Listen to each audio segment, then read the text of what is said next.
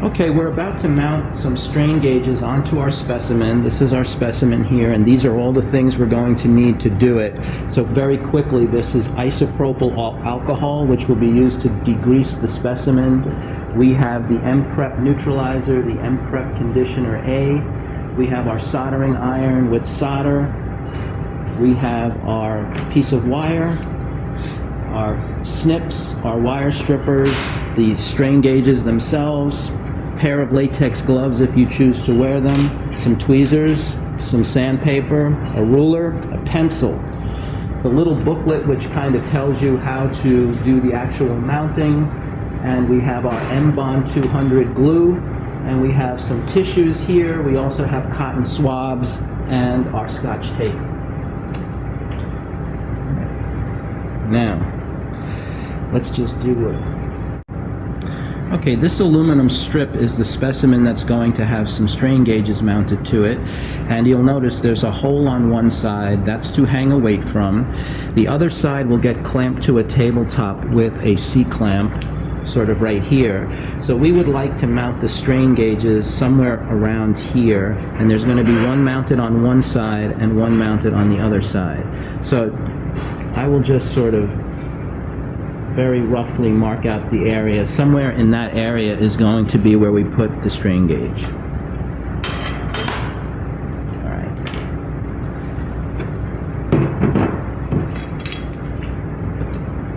I don't know whether to let it run continuous or... Yeah, you got plenty of time on this thing, so I'll just edit it out. Okay, the first procedure, as pointed out in this manual, which has been scanned in and put on the wiki. These are the instructions on how to mount the strain gauges. The first thing you need to do is degrease the sample. Now, we're using isopropyl alcohol as our degreaser because it's a very safe chemical to work with. Acetone might work better, but we have found that the alcohol works fine.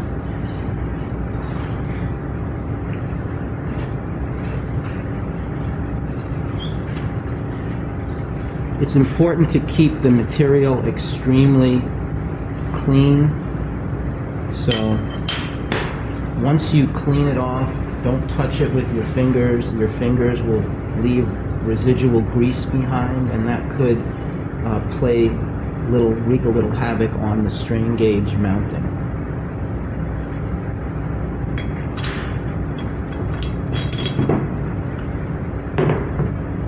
The next process is to use the MPrep conditioner A, which is in the jar that has the red top, and we are going to surface abrade. So I'm just putting a drop or two of the MPrep condition A onto the sample, and then with a little bit of this sandpaper, we're just going to rough up the surface. And this again is all for allowing better adhesion of the strain gauge to the surface.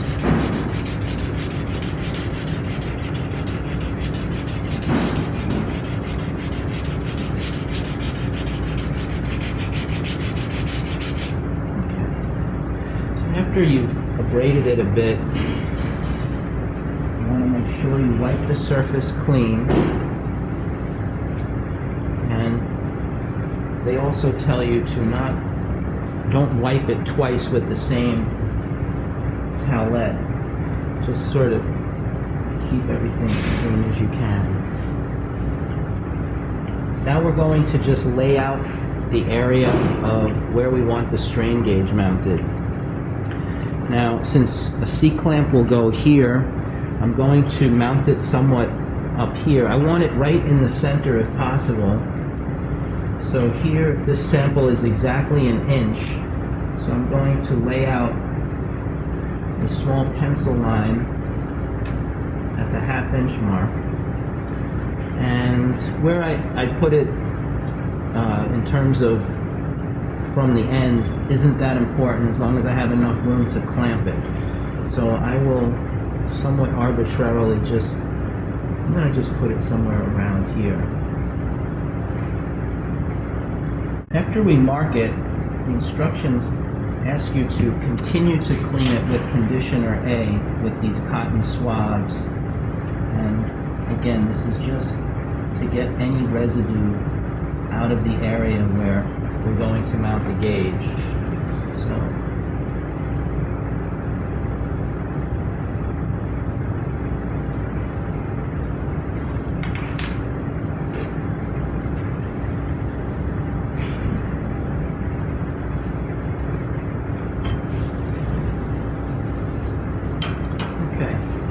So, after we have mounted, or after we have used the MPrep conditioner A, the entire surface now needs to be neutralized using the MPrep neutralizer solution.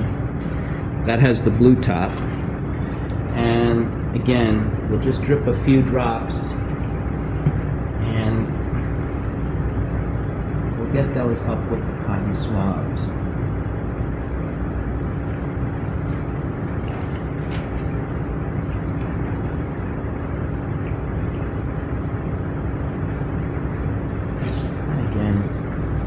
One lightning of this should be sufficient.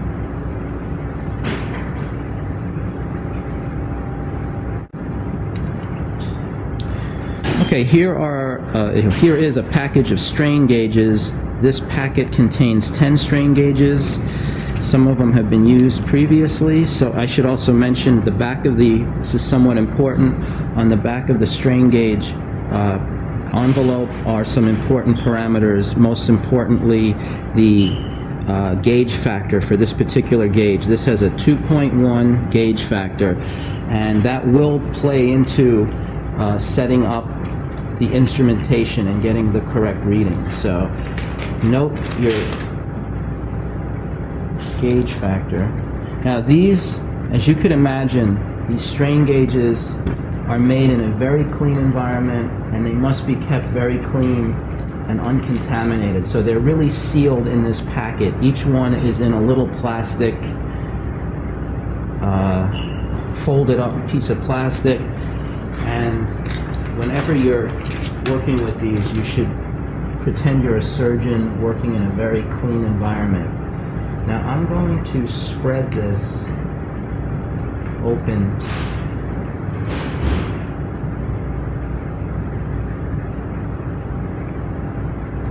I want to point out, because I have seen students do this, even though it might seem a little weird, but there's a front side and a back side to the strain gauge. See if I can lift it out with these tweezers. These are delicate little devices, but so this is the strain gauge. The back of the strain gauge is very dull looking, and it's this side that we're going to mount onto the sample. I've seen students glue these on backwards, and then you can't solder to them because you see there's two nice little tabs to solder wires onto, but if you mount it upside down, you're not going to be able to do it. Now, I'm putting it back in the little plastic that it came with, and I'm going to pull some of this tape. Okay, so I have the tape on here still, and I'm now going to peel the tape back, and as I peel the tape back, see if we can capture this with the camera. The strain gauge is going to come with it, which is exactly what we want to happen. And let me see if I can just uncurl this. Do not touch the back side of the strain gauge because it has an absolutely pristine, clean surface, and we want to keep it as clean as we can. We definitely do not want any dust or any particulate matter to get behind the strain gauge. I'm now going to place the strain gauge where I want it to be mounted. I can still see my pencil line, and try to mount the strain gauge as straight as you can onto the sample. Okay, now maybe see if I can bring this a little closer to the camera. So that's basically what you want to do. Now,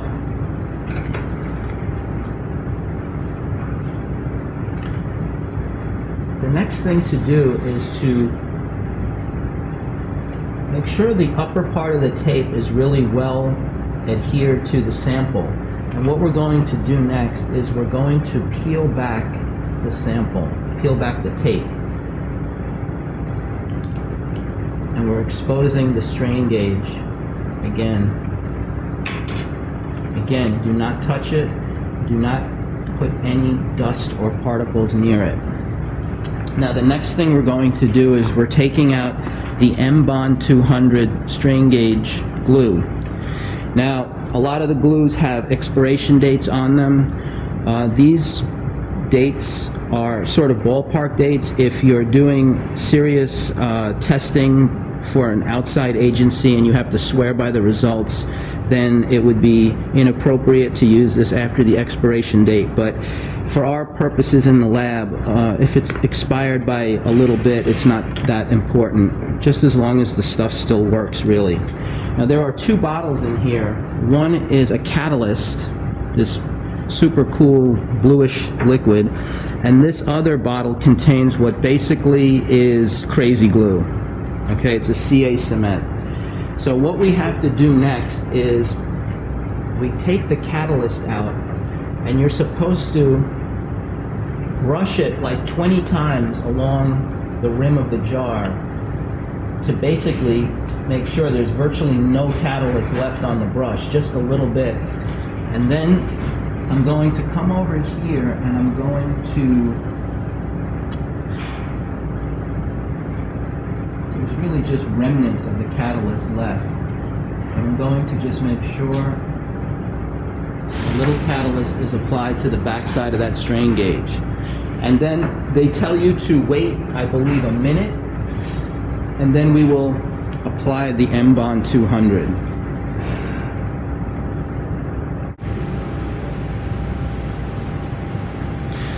Okay, now once this glue has sufficiently dried, which is probably about 2 or 3 minutes, if all goes well, when we peel off this tape, the strain gauge will be glued down. Now I recommend keeping the tape up, like peel off the tape the way I'm doing it, rather than pull it up. I think it's more likely to keep the strain gauge in its place. And I have seen these, for reasons I do not know, I have seen the strain gauges fail to adhere to the material. So if in fact when you peel off the tape the strain gauge comes with it, then you just have to start completely from scratch. The strain gauge is no good, you have to throw it out. And just, I can't really tell you why sometimes that happens, but it does sometimes happen. Okay, now the next thing for us to do is to solder 2 wires to these 2 little pads here. Now, it's always a good practice because, as I mentioned, these strain gauges are very delicate. We're going to just cover up, like surgery, cover up everything except what you're working on. And we're just keeping the 2 islands there exposed for soldering. Okay, so now this is our soldering iron. Now, to do the strain gauge soldering, you really do have to have a good tip on the soldering iron, otherwise it will be ruined. So this tip is in fairly good condition. There is a wet sponge at the bottom of the base of the soldering station, which you can use to clean the tip. We also have one of these tip cleaning trays which you can dip the tip in. Make sure the tip is shiny when you do this next operation. Now, the strain gauges, if you leave the soldering iron on the strain gauge too long, you'll melt it and ruin it. So this operation has to be done quickly.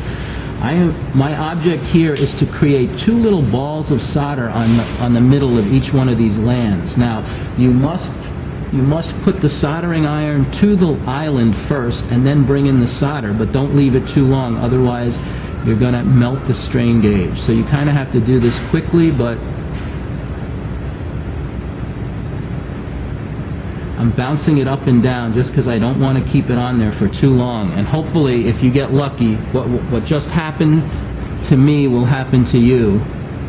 A little ball of solder, just a perfect little ball of solder, will be left on that island. And make sure the 2 balls don't touch each other because you can't short this out. Okay?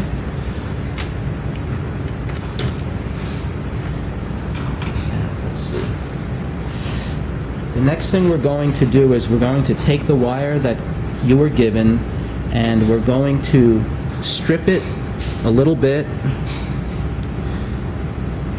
I'm using the stripper here to just take off a very small amount of the wire.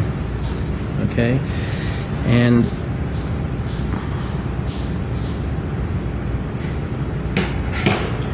this is what I've done here. This is what it looks like now. And I'm going to now apply solder to the ends of these wires. Now first I'm twisting them around. This is stranded wire, so it's nice and flexible. It's very easy to work with.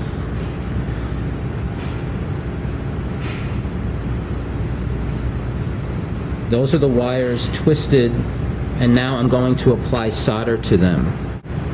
Okay, so we've taken out one of these little devices called a third hand tool, and I've just clipped the wire in there just so I can tin the end of this wire. So I'm going to hold the soldering iron underneath the wire and just touch it with solder and kind of stroke it on the top and bottom. And I'm going to do it on this one as well.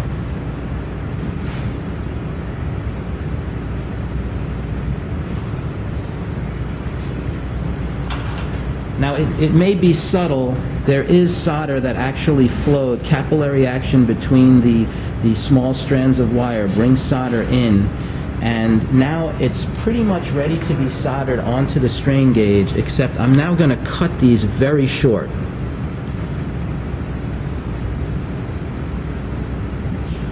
I would say something like 1/8 of an inch of wire, maybe less, showing. And now we will attempt to solder it onto the strain gauge. Okay, so if your eyesight isn't as good as it should be, you might want to try wearing these magnifying goggles. It really does make this job a lot easier. So I'm putting them on because my eyes have really gotten bad over the years. And now, if we're successful at soldering this properly, we are not going to use any more solder. This is now a reflow technique. So we're just going to take the soldering iron, make sure it's clean, wipe it in that sponge, and now, if everything goes according to plan, I shouldn't have to do anything but really touch the wire. Or maybe I will just... So this is this little orange wire. Again, a soldering iron has to be really clean. Just touch it on top of the little ball of solder and touch the soldering iron, and you should get everything to remelt.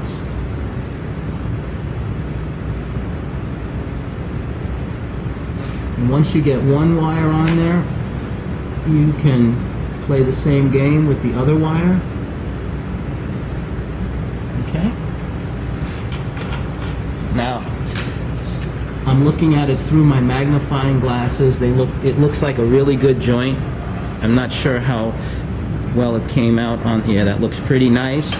Now, to completely check this out, we're going to take our multimeter and we will measure the resistance. These strain gauges, and this is also on the back of the strain gauge box.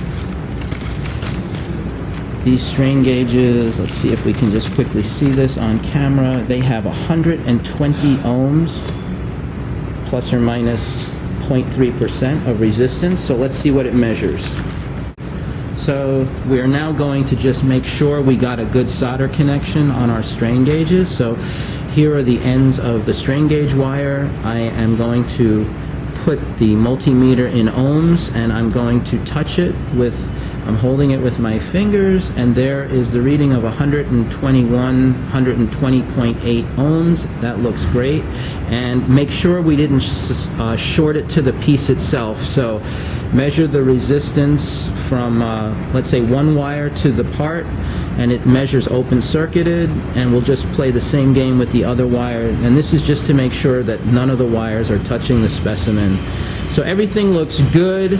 Remember, when holding leads to an ohm meter like I'm doing right here, I'm actually measuring the resistance of my body in parallel with the strain gauge, but since my body is mega ohms and the strain gauge is only 120 ohms, it's not really going to matter that much. Okay, that's how it's done. Good luck.